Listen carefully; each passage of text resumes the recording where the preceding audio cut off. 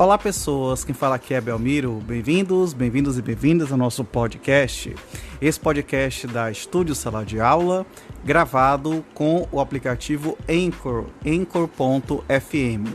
Então recomendo, se vocês quiserem acompanhar melhor nos podcasts, também produzir o seu próprio podcast, grave com o Anchor, em que você não tem que pagar nada e também não tem limite de armazenamento. Então, sem mais delongas, vamos então para o nosso episódio.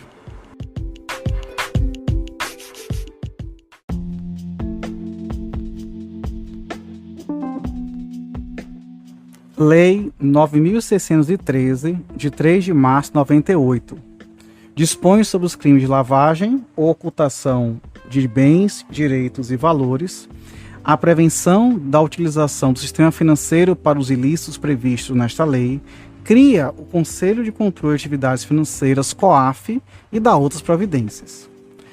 O Presidente da República faço saber que o Congresso Nacional decreta e sanciona a seguinte lei.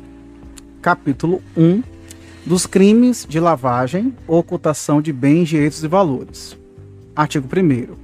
Ocultar ou dissimular a natureza, origem, localização, disposição, movimentação, propriedade de bens, direitos ou valores provenientes direta ou indiretamente de infração penal. Incisos 1 a 8 revogados. Pena: reclusão de 3 a 10 anos e multa. Parágrafo 1º. Incorre na mesma pena quem, para ocultar ou dissimular a utilização de bens, direitos ou valores provenientes de infração penal, inciso 1, os converte em ativos lícitos, inciso 2, os adquire, recebe, troca, negocia, dá ou recebe em garantia, guarda, tem em depósito, movimenta ou transfere, inciso 3, importa ou exporta bens com valores não correspondentes aos verdadeiros. Parágrafo 2º, incorre ainda a mesma pena quem, inciso 1, utiliza na atividade econômica ou financeira bens, direitos ou valores provenientes de infração penal. Inciso 2. Participa de grupo, associação ou escritório, tendo conhecimento de que sua atividade principal ou secundária é dirigida à prática de crimes previstos nesta lei. Parágrafo 3º. A tentativa é punida nos termos do parágrafo único do artigo 14 do Código Penal. Parágrafo 4º. A pena será aumentada de 1 a 2 terços se os crimes definidos nesta lei forem cometidos de forma reiterada ou por intermédio de organização criminosa. Parágrafo 5º. A pena poderá ser reduzida de 1 a 2 terços e ser cumprida em regime aberto ou semiaberto, facultando-se ao juiz deixar de aplicá-la ou substituí-la a qualquer tempo por pena restritiva de direitos, se o autor, coautor ou partícipe colaborar espontaneamente com as autoridades, prestando esclarecimentos que conduzam à apuração das infrações penais, à identificação dos autores, coautores e partícipes, ou a localização dos bens, direitos ou valores objeto do crime. Parágrafo 6º. Para a apuração do crime de que trata este artigo, admite-se a utilização de ação controlada e da infiltração de agentes.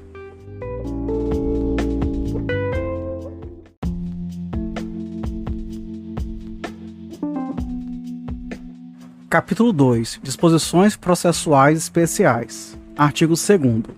O processo e julgamento dos crimes previstos nesta lei, inciso 1, obedecem a disposições relativas ao procedimento comum dos crimes punidos com reclusão de competência do juiz singular. Inciso 2, independem do processo e julgamento das infrações penais antecedentes, ainda que praticadas em outro país, cabendo ao juiz competente para os crimes previstos nesta lei a decisão sobre a unidade de processo e julgamento. Inciso 3. São da competência da Justiça Federal, a linha A, quando praticados contra o sistema financeiro e a ordem econômico-financeira, ou em detrimento de bens, serviços ou interesse da União, ou de suas entidades autárquicas ou empresas públicas. A linha B, quando a infração penal antecedente for de competência da Justiça Federal. Parágrafo 1º. A denúncia será instruída com indícios suficientes da existência da infração penal antecedente, sendo puníveis os fatos previstos nesta lei, ainda que desconhecido ou isento de pena o autor ou extinta a punibilidade da infração penal antecedente. Parágrafo 2º. No processo por crime previsto nesta lei, não se aplica o artigo 366 do Código de Processo Penal, devendo o acusado que não comparecer nem constituir advogado ser citado por edital, prosseguindo o feito até o julgamento com nomeação de defensor dativo.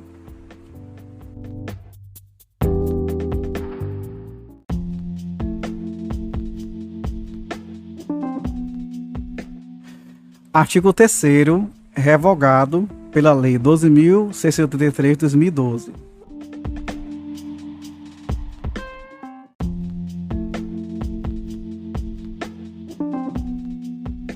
Artigo 4º. O juiz, de ofício, o requerimento do Ministério Público, ou mediante representação do delegado de polícia, ouvido o Ministério Público em 24 horas, havendo indícios suficientes de infração penal, poderá decretar medidas assecuratórias de bens, direitos ou valores do investigado ou acusado, ou existentes em nome de interpostas pessoas que sejam instrumento, produto ou proveito dos crimes previstos nesta lei ou das infrações penais antecedentes. Parágrafo 1º. Proceder-se-á à alienação antecipada para a preservação do valor dos bens sempre que estiverem sujeitos a qualquer grau de deterioração ou depreciação, ou quando houver dificuldade para a sua manutenção. Parágrafo 2º. O juiz determinará a liberação total ou parcial dos bens, direitos e valores, quando comprovada a licitude de sua origem, mantendo-se a constituição dos bens, direitos e valores necessários e suficientes à reparação dos danos e ao pagamento de prestações pecuniárias, multas e custas decorrentes da infração penal. Parágrafo 3º. Nenhum pedido de liberação será conhecido sem o comparecimento pessoal do acusado ou de interposta pessoa a que se refere o caput deste artigo, podendo o juiz determinar a prática de atos necessários à conservação de bens, direitos ou valores sem prejuízo do disposto no parágrafo 1º. Parágrafo 4º. Poderão ser decretadas medidas assecuratórias sobre bens, direitos ou valores para a reparação do dano decorrente da infração penal antecedente ou da prevista nesta lei para o pagamento de prestação pecuniária, multa e custas.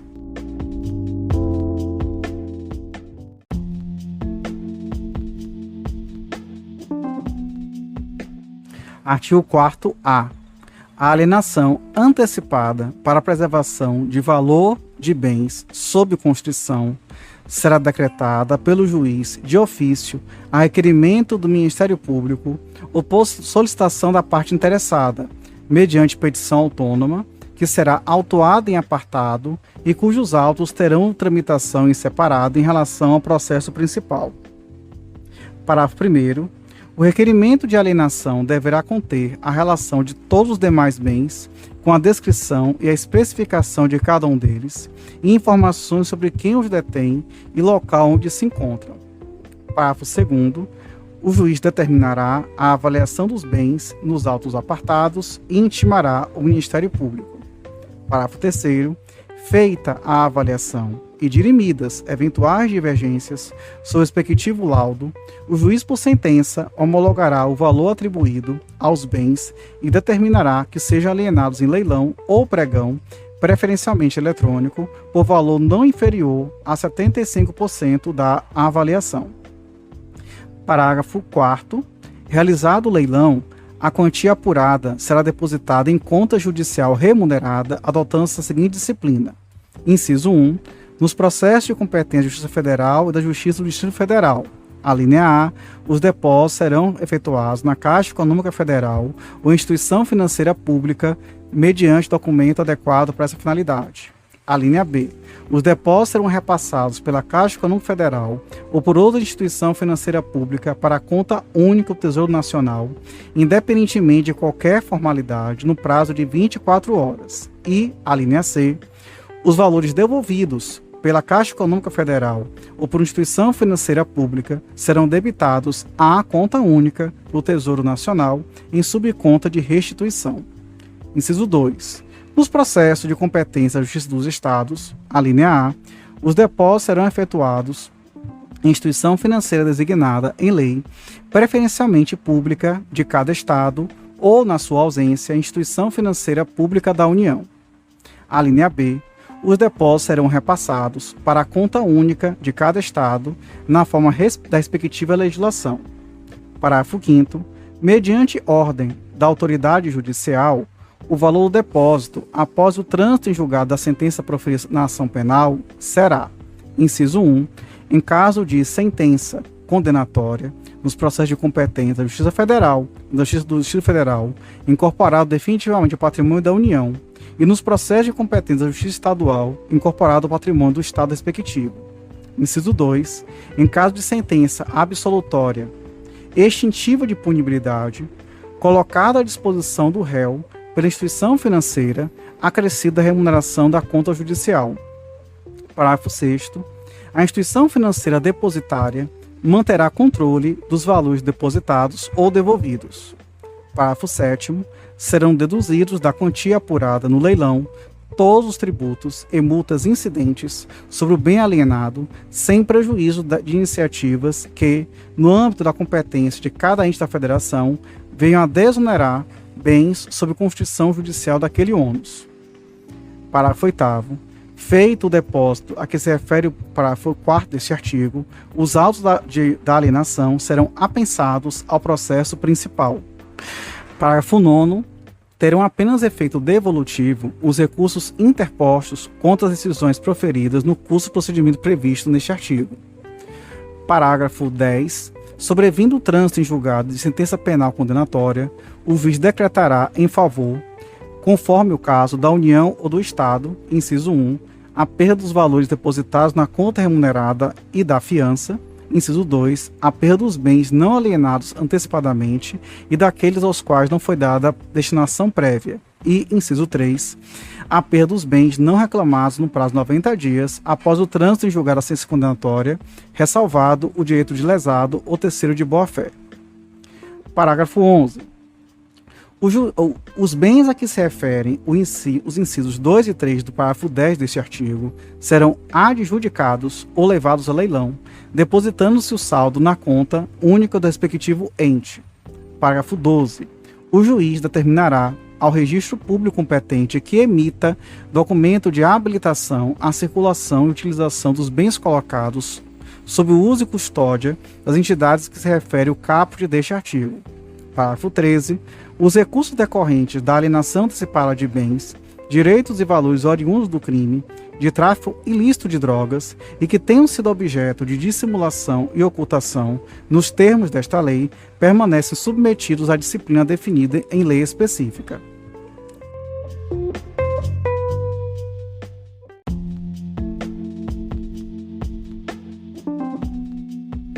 Artigo 4º-B.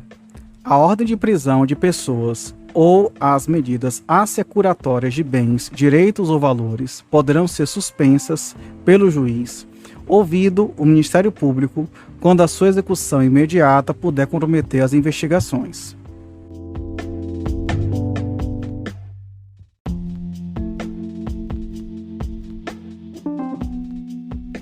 Artigo 5º. Quando as circunstâncias o aconselharem, o juiz, ouvido o Ministério Público, nomeará pessoa física ou jurídica qualificada para a administração dos bens, direitos ou valores sujeitos a medidas securatórias, mediante termo de compromisso.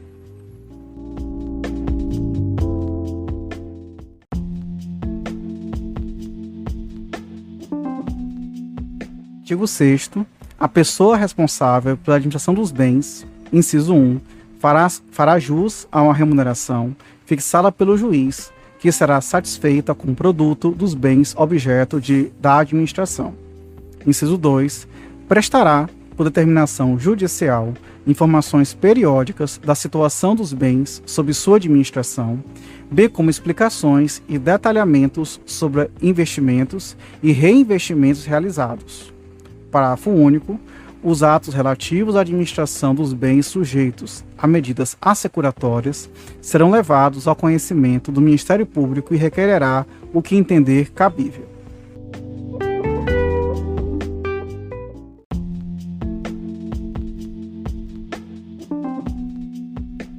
Artigo 7º. São efeitos da condenação além dos previstos no Código Penal. Inciso 1. A perda em favor da União e dos Estados, nos casos de competência estadual, de todos os bens, direitos e valores relacionados, direta ou indiretamente, à prática dos crimes previstos nesta lei, inclusive aqueles utilizados para prestar fiança, ressalvado o direito do lesado ou terceiro de boa-fé. Inciso 2. A interdição do exercício de cargo ou função pública de qualquer natureza e de diretor, de membro de conselho de administração ou de gerência das pessoas jurídicas referidas no artigo 9º, pelo dobro do tempo da pena prevista de liberdade aplicada. Parágrafo 1º. A União e os Estados, no âmbito de suas competências, regulamentarão a forma de destinação dos bens, direitos e valores, cuja perda houver sido declarada, assegurada, quanto aos processos de competência da Justiça Federal, a sua utilização pelos órgãos federais encarregados de prevenção, do combate e da ação penal e do julgamento dos crimes previstos nesta lei, e quanto aos processos de competência estadual, a preferência dos órgãos locais com idêntica função. Parágrafo 2º. Os instrumentos do crime sem valor econômico cuja perda em favor da União ou do Estado for decretada serão inutilizados ou doados a museu criminal ou entidade pública se houver interesse na sua conservação.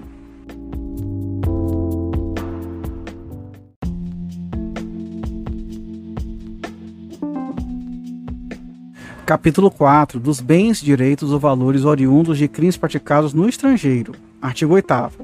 O juiz determinará, na hipótese de existência de tratado ou convenção internacional e por solicitação de autoridade estrangeira competente, medidas assecuratórias sobre bens, direitos ou valores oriundos de crimes descritos no artigo 1º, praticados no estrangeiro.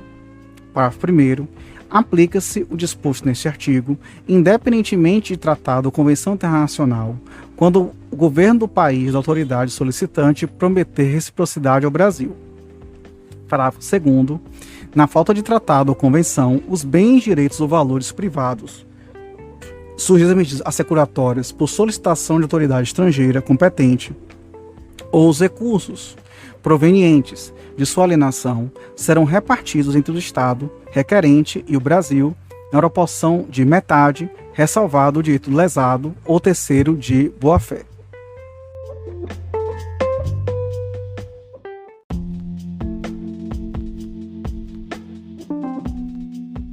Capítulo 5. Das pessoas sujeitas ao mecanismo de controle. Artigo 9º. Sujeitam-se às obrigações referidas nos artigos 10 e 11 as pessoas físicas e jurídicas que tenham em caráter permanente ou eventual, como atividade principal ou acessória, cumulativamente ou não, inciso 1, a captação, intermediação e aplicação de recursos financeiros de terceiros em moeda nacional ou estrangeira. Inciso 2, a compra e venda de moeda estrangeira ou ouro como ativo financeiro ou instrumento cambial.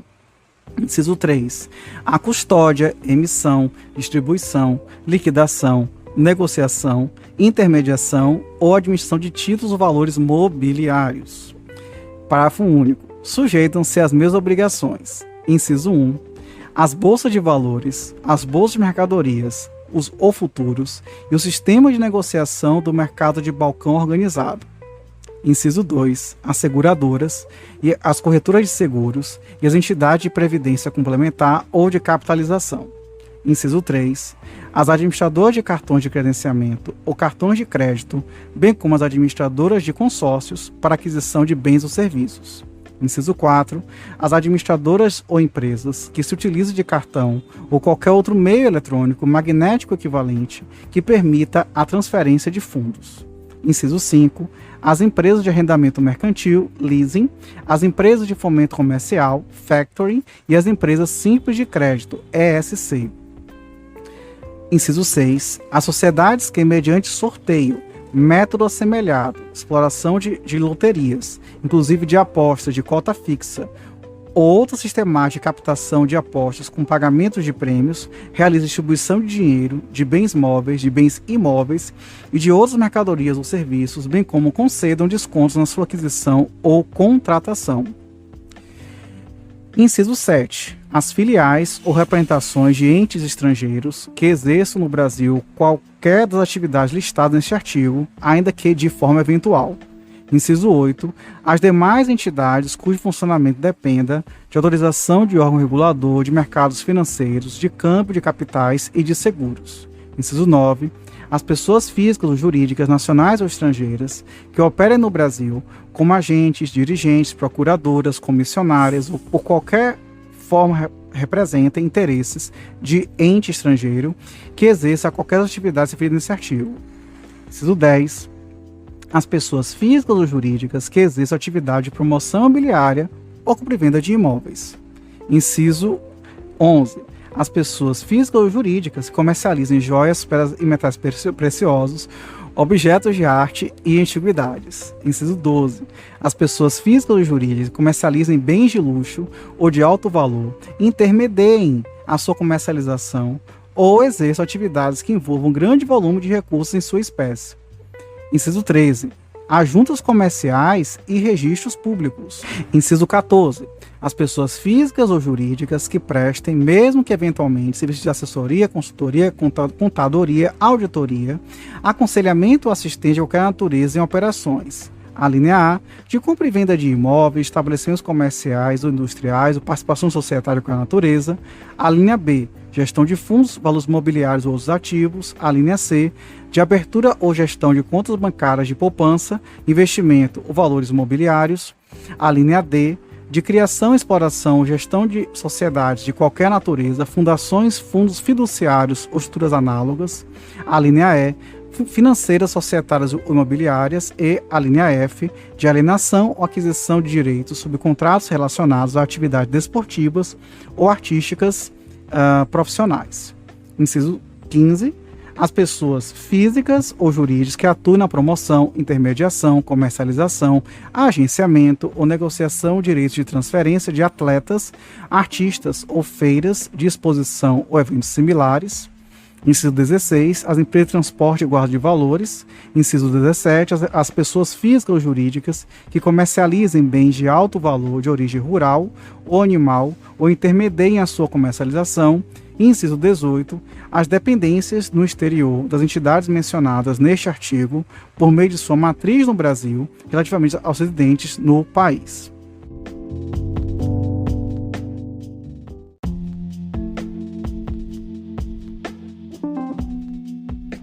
Capítulo 6. Da identificação dos clientes e manutenção dos registros. Artigo 10. As pessoas referidas no artigo 9º, inciso 1, identificarão seus clientes e manterão o cadastro atualizado nos termos de instruções emanadas das autoridades competentes. Inciso 2, manterão registro de toda transação em moeda nacional ou estrangeira, títulos e valores mobiliários, títulos de crédito, metais ou qualquer ativo passível de ser convertido em dinheiro que ultrapassar limite fixado pela autoridade competente e nos termos de instruções por esta expedidas. Inciso 3, deverão adotar políticas, procedimentos e controles internos compatíveis com seu porte e volume de operações que lhe permitam atender ao disposto neste artigo e no artigo 11, da forma disciplinada pelos órgãos competentes. Inciso 4, deverão cadastrar-se e manter seu cadastro atualizado no órgão regulador ou fiscalizador e, na falta deste, no Conselho de Controle de Atividades Financeiras, COAF, na forma e condições por ele estabelecidas. Inciso 5, deverão atender às requisições formuladas pelo COAF na periodicidade, forma e condições por ele estabelecidas, cabendo-lhe preservar, nos termos da lei, o sigilo das informações prestadas. Parágrafo 1º. Na hipótese de o cliente constituir-se em pessoa jurídica, a identificação feita no inciso 1 deste artigo deverá abranger as pessoas físicas autorizadas a representá-la, bem como seus proprietários. Parágrafo 2º. Os cadastros e registros referidos nos incisos 1 e 2 deste artigo deverão ser conservados durante o período mínimo de 5 anos, a partir do encerramento da conta ou da conclusão da transação, prazo este que poderá ser ampliado pela autoridade competente. Parágrafo 3º. O registro referido no inciso 2 deste artigo será efetuado também quando a pessoa física ou jurídica, seus entes ligados, houver realizado, em um mesmo mês calendário, operações com a mesma pessoa, conglomerado ou grupo que, em seu conjunto, ultrapasse o limite fixado pela autoridade competente.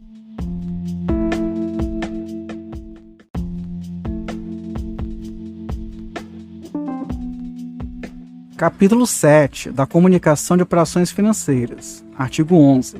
As pessoas referidas no artigo 9º, inciso 1, dispensarão especial atenção às operações que, nos termos de instruções emanadas das autoridades competentes, possam constituir-lhes em sérios indícios dos crimes previstos nesta lei, ou com eles relacionar-se. Inciso 2. Deverão comunicar ao COAF, abstendo-se de dar ciência de tal ato a qualquer pessoa, inclusive aquela a qual se refira a informação, no prazo de 24 horas, a proposta ou realização, a linha A, de todas as transações referidas no inciso 2 do artigo 10, acompanhadas da identificação de que trata o inciso 1 do mencionado artigo e, a linha B, das operações referidas no inciso 1. Inciso 3. Deverão comunicar ao órgão regulador ou fiscalizador de sua atividade ou, na sua falta, ao COAF, na periodicidade, forma e condições por estabelecidas, a não ocorrência de propostas, transações, operações passíveis de ser comunicadas nos termos do inciso 2. Parágrafo 1º. As autoridades competentes, nas instruções referidas no inciso 1 desse artigo, elaborarão relação de operações que, por suas características, no que se refere às partes envolvidas, valores, forma de realização, instrumentos utilizados ou pela falta de fundamento econômico ou legal, possam configurar a hipótese nele prevista. Parágrafo 2º. As comunicações de boa-fé feitas na forma prevista nesse artigo não acarretarão responsabilidade civil ou administrativa. Parágrafo 3º.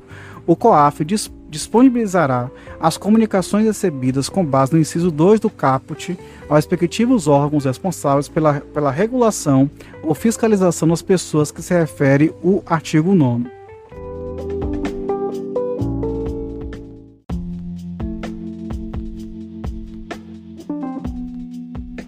Artigo 11-A. As transferências internacionais e os saques em espécie deverão ser previamente comunicados à instituição financeira nos termos, limites, prazos e condições fixados pelo Banco Central do Brasil.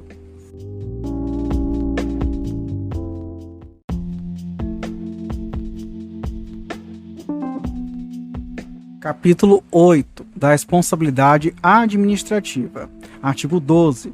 Às pessoas referidas no artigo 9º, bem como aos administradores das pessoas jurídicas que deixem de cumprir as obrigações previstas nos artigos 10 e 11, serão aplicadas, cumulativamente ou não, pelas autoridades competentes as seguintes sanções. Inciso 1, advertência. Inciso 2, multa pecuniária variável não superior à linha A, ao dobro do valor da operação, a linha B, ao dobro do lucro real obtido ou que presumivelmente teria obtido pela realização da operação, ou a linha C, ao valor de 20 milhões de reais. Inciso 3, inabilitação temporária pelo prazo de até 10 anos para o exercício de cargo de administrador das pessoas jurídicas referidas no artigo 9º. Inciso 4, cassação ou suspensão da autorização para o exercício de atividades, operação ou funcionamento. Parágrafo 1º. A pena de advertência será aplicada por irregularidade no cumprimento das instruções referidas nos incisos 1 e 2 do artigo 10. Parágrafo 2º. A multa será aplicada sempre que as pessoas referidas no artigo 9º, por culpa ou dolo, inciso 1, deixarem de sanar as irregularidades objeto de advertência no prazo assinalado pela autoridade competente. Inciso 2, não cumprirem o disposto nos incisos 1 a 4 do artigo 10. Inciso 3, deixarem de atender, no prazo estabelecido, a requisição formulada nos termos do inciso 5 do artigo 10. Inciso 4, descumprirem a vedação ou deixarem de fazer a comunicação a que se refere o artigo 11. Parágrafo 3º.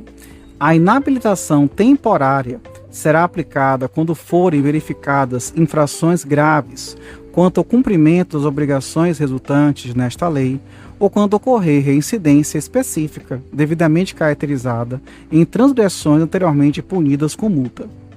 Parágrafo 4º.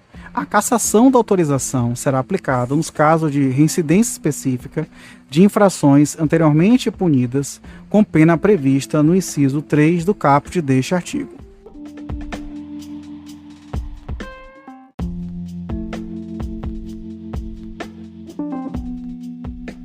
Artigo 13, revogado pela Lei 13.974 de 2020.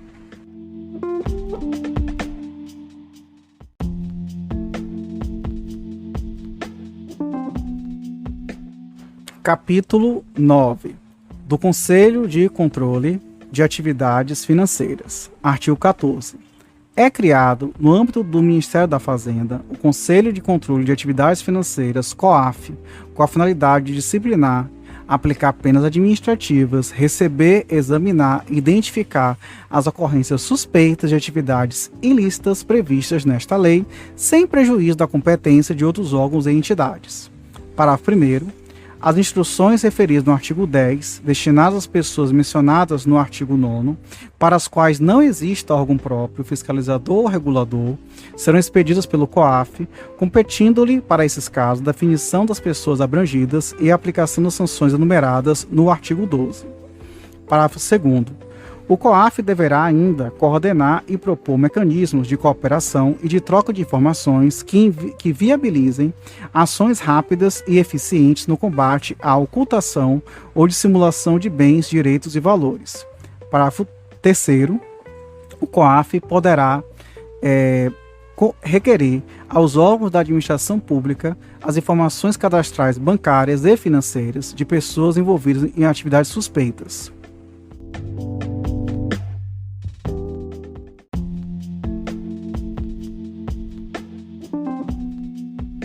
Artigo 15. O COAF comunicará às autoridades competentes para a instauração dos procedimentos cabíveis quando concluir pela existência de crimes previstos nessa lei, de fundados indícios de sua prática ou de qualquer outro ilícito.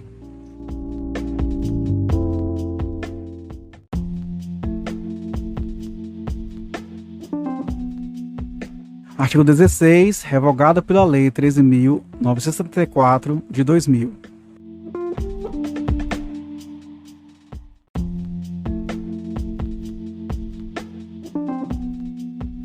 Artigo 17, revogado pela Lei 13.974 de 2020.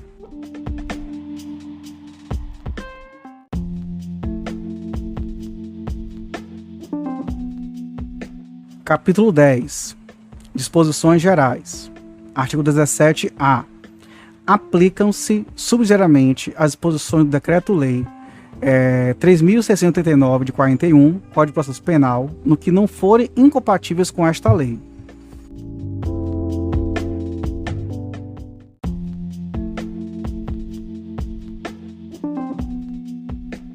Artigo 17b.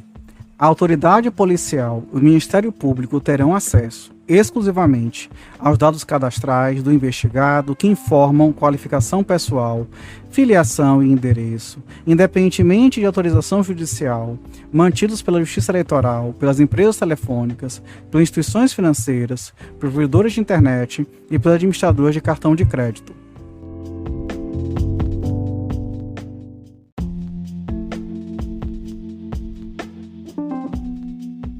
Artigo 17-C. Os encaminhamentos das instituições financeiras e tributárias em resposta às ordens judiciais de quebra ou transferência de sigilo deverão ser sempre determinados em meio informático e apresentados em arquivos que possibilitem a migração de informações para os autos do processo sem redigitação.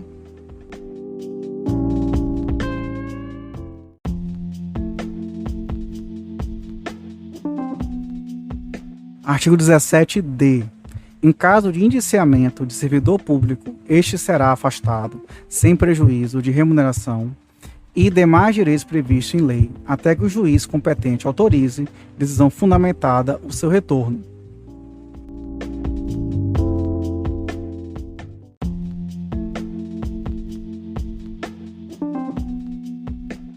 Artigo 17-E. A Secretaria da Receita Federal do Brasil conservará os dados fiscais dos contribuintes pelo prazo mínimo de 5 anos, contados a partir do início do exercício seguinte ao da declaração de renda respectiva ou ao do pagamento do tributo.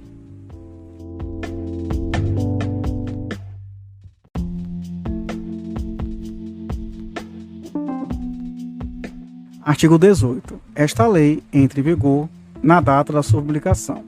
Brasília, 3 de março de 98. Fernando Henrique Cardoso, presidente.